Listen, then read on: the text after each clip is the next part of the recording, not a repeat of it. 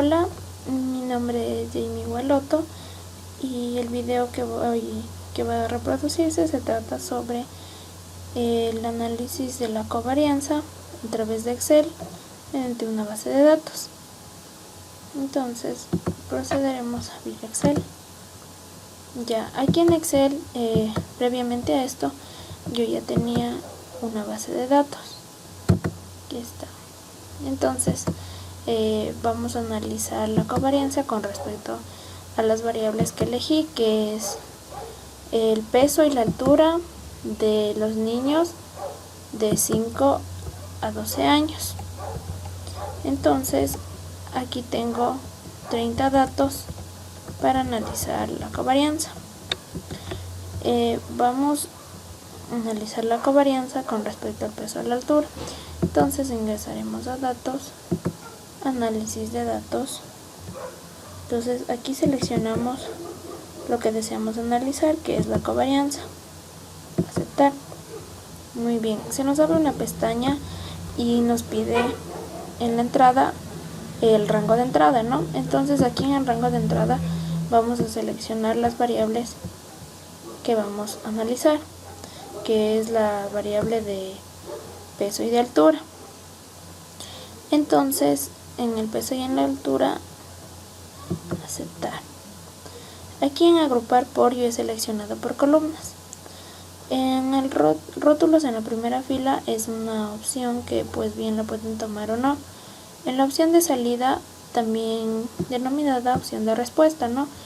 Existen 3 alternativas en las cuales dan rango de salida en una hoja nueva o en un libro nuevo. En este caso vamos a utilizar rango de salida. Como el rango de salida es el rango de la respuesta, yo quiero que mi respuesta esté hacia aquí. Utilizo 2 filas porque obviamente aquí tengo 2 filas para las filas analizadas, ¿no? El rango de salida. Este va a ser mi rango de salida. Muy bien. Hay que percatarse que los datos seleccionados pues no se muevan de su lugar, obviamente. Y una vez que ya tengamos todo completado, aceptar. Entonces vemos que aquí se genera nuestra respuesta. En base a la columna 1, con respecto a la columna 1, tenemos un total de 80.8376. En base a la columna 1, con respecto a la columna 2, nos da una covarianza de 1.171.3466.7. En la columna 2, con respecto a la columna 2, 0,01772889.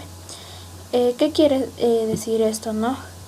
Que como los números seleccionados aquí son mayores que 0, entonces estamos frente a un caso de una covarianza positiva.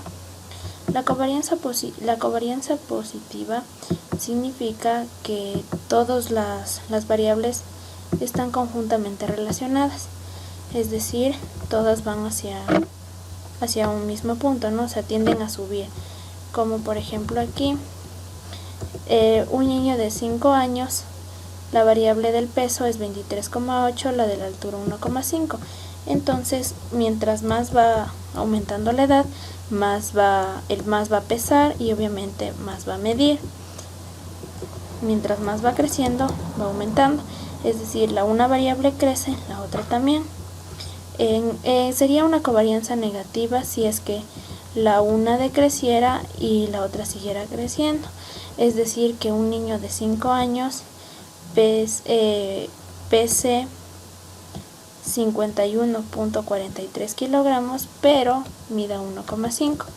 Es decir, ahí estaríamos ante un caso de covarianza negativa, ¿no? Si la covarianza sería igual a 0, estaríamos a un caso en que las dos variables serían disconjuntas, ¿no? Es decir, no estarían totalmente conjuntas.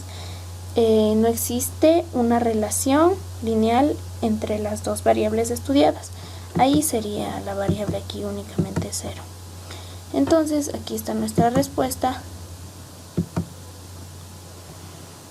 con respecto a la covarianza. Y pues eso es todo.